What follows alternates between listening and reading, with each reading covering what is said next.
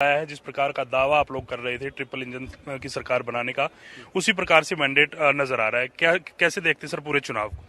देखिए, हम तो पहले कह रहे थे जनता का जो, जी शुक्रिया, आपको भी शुभकामनाएं। जनता का जो अपार स्नेह प्रेम आदरणीय नरेंद्र मोदी और आदरणीय नायब सैनी जी के प्रति था, कांग्रेस को समझ नहीं पाई, इसको देख नहीं पाई, और नतीजा ये निकला कि ये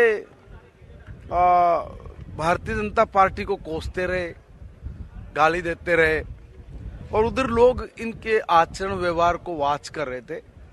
वो देख रहे थे कि इतने बड़े कपटी, इतने बड़े चोर 60 साल में मूलभूत सुविधाएं तक भी उपलब्ध नहीं करा पाए। कोई बिजली नहीं, कोई पोल नहीं है? कोई नली नहीं, गली नहीं, कोई सीवर नहीं, कोई ट्रीटमेंट प्लांट नहीं, कोई सड़क नहीं। बहुत बुरी हालात थी लोगों की। उस बुरी हालात से भाजपा की सरकार ने बाहर निकाला। उनको पता है कि जब भी कभी डेवलपमेंट होता है, विकास होता है, उसमें समय लगता है। आंखों के सामने होते हुए विकास को वो लोग देख रहे हैं। उसी विकास के ऊपर उंगली उठा के कोसना लोगों को ये रास नहीं आया, और ऐसा काम किया कि इनको बोलने में लाले पड़ गए। कह रहे कि हम तो चुनाव नहीं लड़ रहे थे, तो काहे की खाक पार्टी हुई जो चुनाव ही ना लड़े?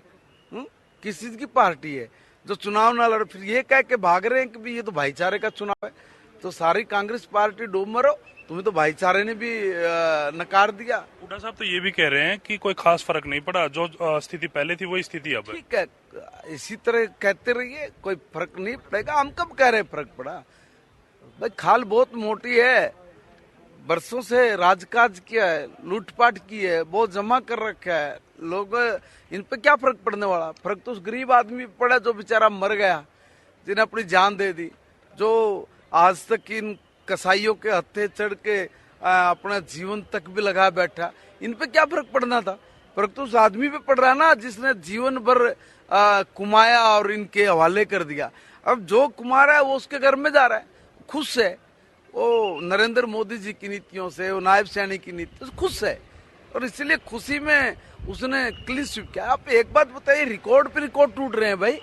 एक एक पार्षद 7-7 हजार वोट से जीत रहा है, कोई छोटी बात नहीं है। अब तुम भाईचारे से में भी खत्म कर दिया हो, और तुम लोग स्वयं कर हमने चुनाव लड़ा, तो तुम तो इतने बड़े भगोड़े हो।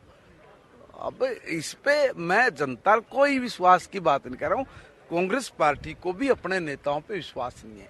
अब आप लोग कह देते हो कि जी ये विपक्ष के नेता नहीं चुन पाए, कैसे चुने भाई?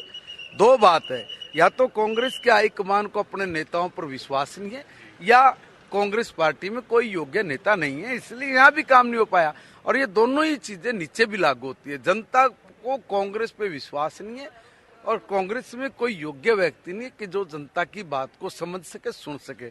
बिल्ली के बागों छिक्का टूट के पता नहीं कैसे आगे। अंतिम सवाल रहेगा ढांडा साहब, सदन में आप लोगों को घेरा जा रहा है। कल का जो प्रकरण हुआ सबके सामने था, उसके बाद विपक्ष ये कह रहा है, पूर्व मुख्यमंत्री भूपेंद्र सिंह हुड्डा ये कह रहा है कि जांच होनी चाहिए कैबिनेट मिनिस्टर की। जिस प्रकार के आरोप रामकुमार गौतम दादा ने लगाए हैं, उन आरोपों पर जांच की।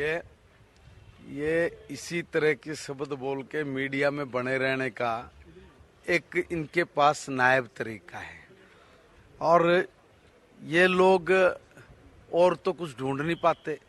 हमारे ही विधायक या मंत्रियों के आपसी किसी छोटी कहासुनी में से कोई दो शब्द मिल गए, तो उसी के तिनके के सारे ये जमुना पार करना चाह रहे हैं, मगर बीच में डूब के मरेंगे। शुक्रिया सर बातचीत करने के लिए।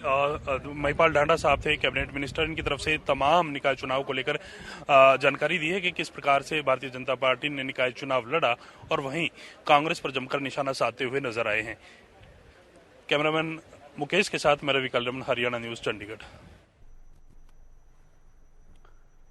तो स्थानीय निकाय चुनाव के बाद जो नतीजे सामने आए हैं, उसके बाद आपने तमाम भारतीय जनता पार्टी के नेताओं के, मुख्यमंत्री और मंत्रियों के बयान सुने, किस तरह से खुश हैं और कांग्रेस पर हमलावर भी नजर आ रहे हैं, कांग्रेस पर तंज कसते हुए, निशाना साधते हुए नजर आ रहे हैं।